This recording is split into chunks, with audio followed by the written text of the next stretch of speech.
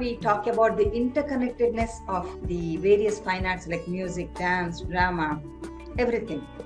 And when a poet sees a beautiful sculpture, immediately he writes some poetry. A musician, after going through the poetry, he would compose some music to attune to that lyrics. And after listening to the music and going through the literature, a dancer would like to choreograph a beautiful piece to it. And she dances to that. A drawing artist, by looking at her dance, is so fascinated and he starts drawing a beautiful picture. By looking at the picture, a sculptor might get, inspiration to sculpt that beautiful figure in. So all these are like, they go in a circular movement, one after the other. All these fine arts are interrelated, interpenetrated. They grew together, they developed together.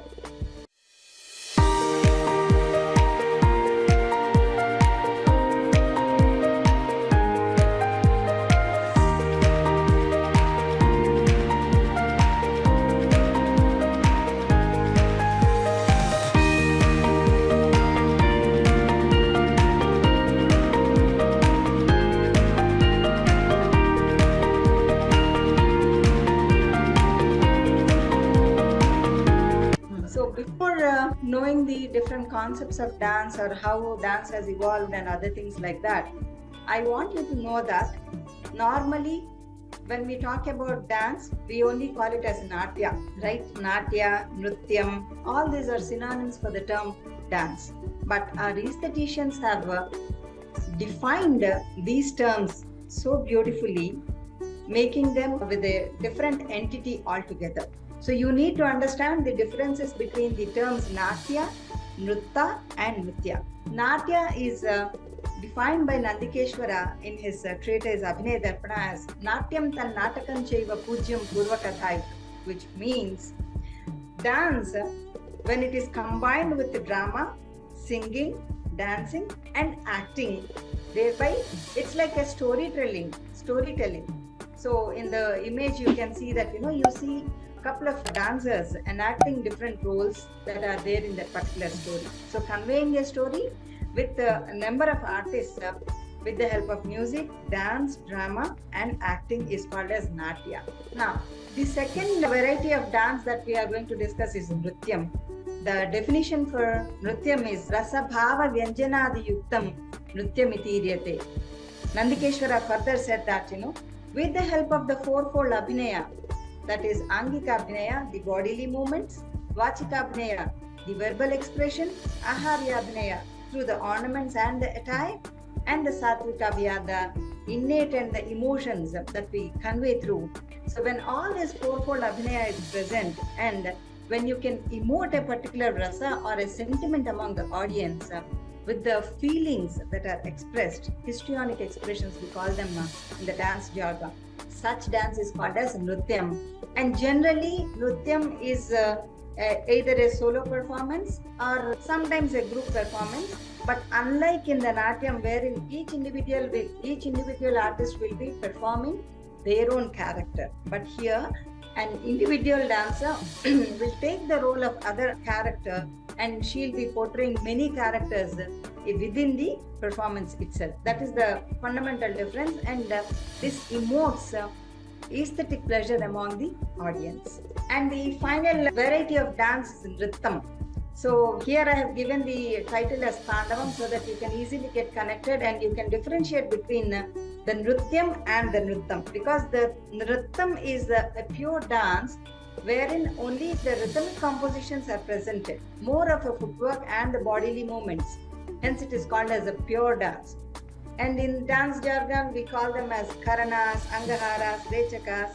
And mostly the Karanas, Angaharas and Rechakas are depicted on the wall panels of different ancient Indian temples. You can see ranging from Satvahana dynasty to Vijayanagara dynasty, the Pandya, the Chora, the Chola, the Kakatiyan and the Vijayanagara architecture and Hoysala temples, depicting the different Karanas and Angaharas and Rechakas so beautifully, the intricate movements that are involved into the Nrutta part of it. Dance is called as a Natya Vedam. Of course, every other branch of knowledge like Sahityam, the literature, the music, everybody they claim that, theirs is a Veda, like Panchama Veda. Dance, we call it as a Panchama Veda, apart from the 4 Vedas that we have. And the musicologists, they claim that theirs is a Panchama Veda, calling it as a Gandharva Veda.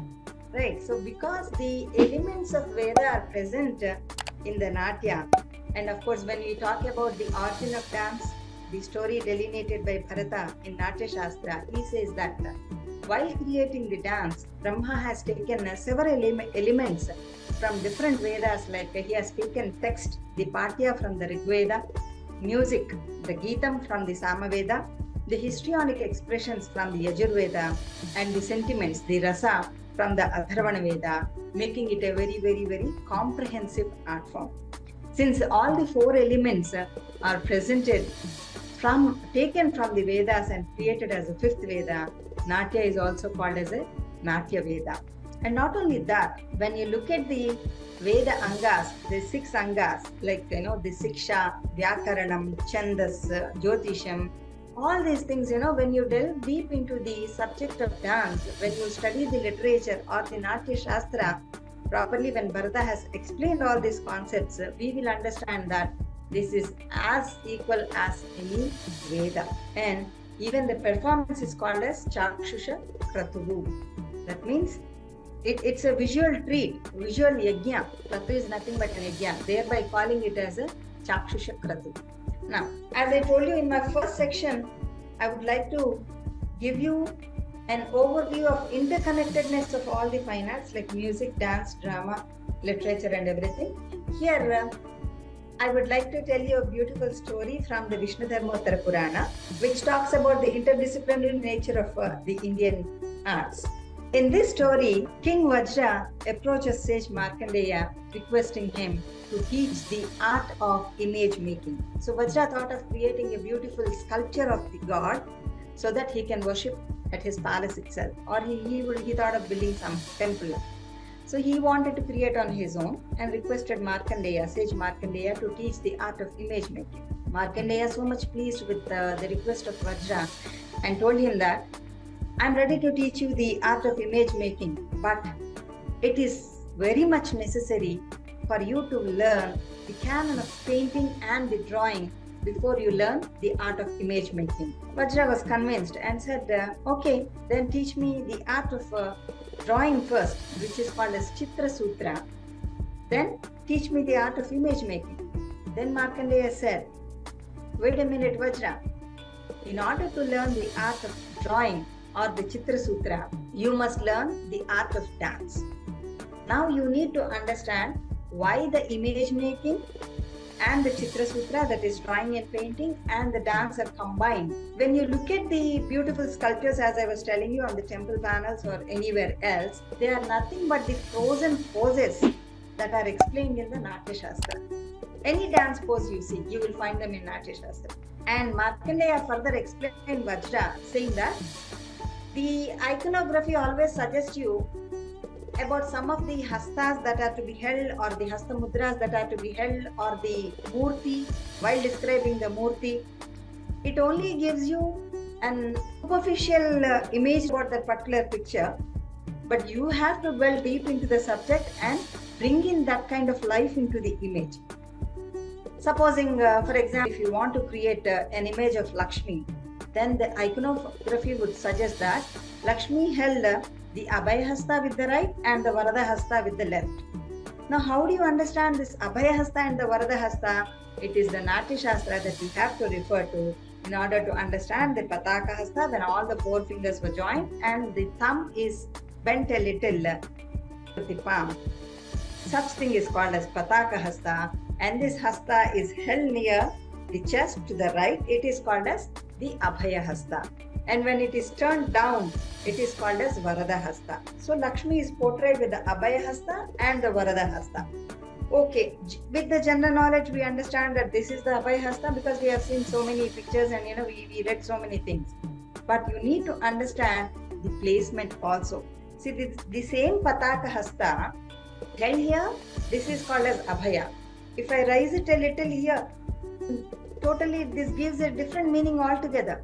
And if it is stretched further far in front of your body, this conveys totally a different meaning.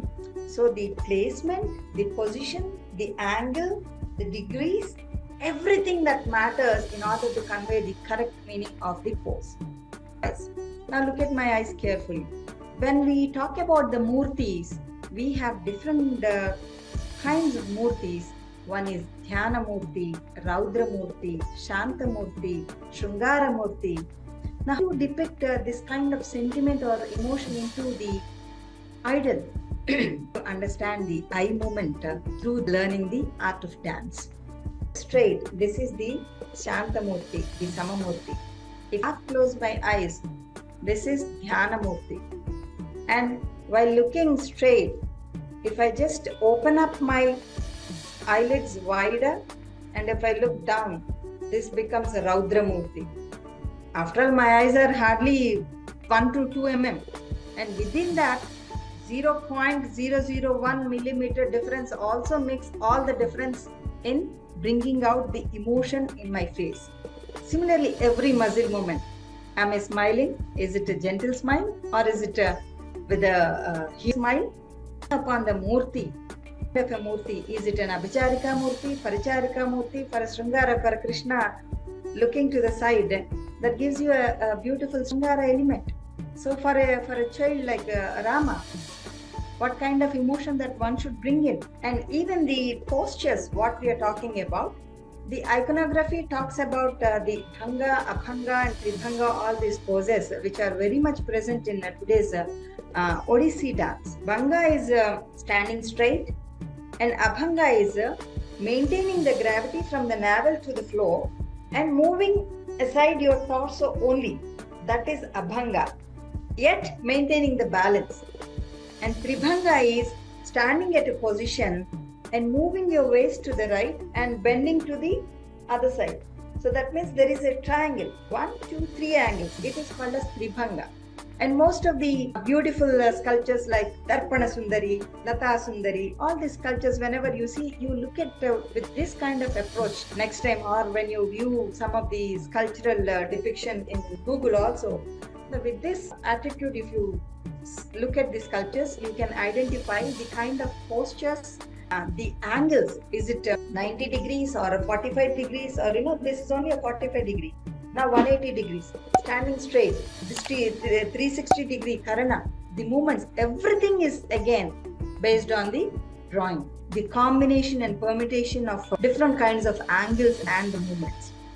So Vajra got so much convinced and asked him to teach the art of dance first, then he can learn drawing, and then finally the image making. Markandeya said, unless one knows the canon of the instrumental music, one cannot master the dance, because the entire dance is based on the rhythm, the tala and the laya. Hence you need to learn the 4 kinds of atodhya, that is the instrumental music. Tatam chaiva avanadhancha ghanam sushiramevacha, that is the string instrument, the percussion instrument, the wind instrument, and the ghana, that is the cymbals and the metallic instruments. You need to master them in order to understand the rhythmic patterns. Vajra said, okay, I'm ready to learn the instrumental music. Markandeya further said, in order to learn the instrumental music, one must master the vocal music, because you need to know the octave, the pitches, the frequency, where exactly you have to give the beat.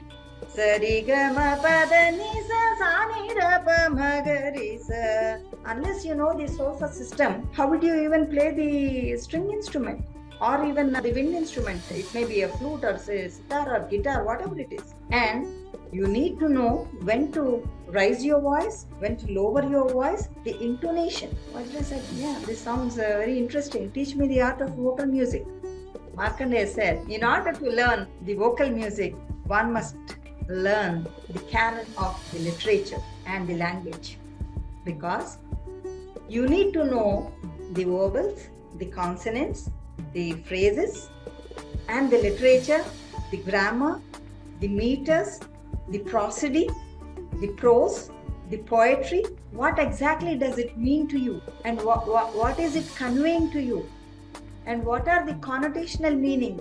What is the interpretation that you would like to give? Because for a single word, there are multiple layers of meanings. Connotational meaning, the general meaning, the superficial meaning, the philosophical meaning, the spiritual meaning, the inner meaning, the suggestive meaning, which meaning, the etymological meaning. You need to understand all those things. And which sentiment is it conveying it to you? Is it a Karuna Rasa or a Srungara Rasa? Unless you master over the literature, I cannot portray it properly. A dancer cannot portray it properly. And also, depending upon the sentiment that is written by the Kavi, the dancer should become herself a medium to convey the message to the audience, for which one has to have the proper understanding about the literature. Vajra got so much convinced, and he said, okay, let us start with the literature language, and then the literature, then the dance, language, literature, instrumental music, dance, and then drawing, and finally the image making. This is how the chain goes on. So this is what we talk about, the interconnectedness of the various fine arts like music, dance, drama, everything. And you know, when a poet sees a beautiful sculpture, immediately he writes some poetry. And musician, after going through the poetry, he would compose some music to attune to that lyrics. And after listening to the music and going through the literature, a dancer would like to compose, choreograph a beautiful piece to it. And she dances to that. A drawing artist, by looking at her dance, so fascinated, and he starts drawing a beautiful picture. By looking at the picture, a sculptor might get, inspiration to sculpt that beautiful figure in. So all these are like, they go in a circular movement, one after the other. All these fine arts are interrelated, interpenetrated. They grew together, they developed together. So with this, I think I would like to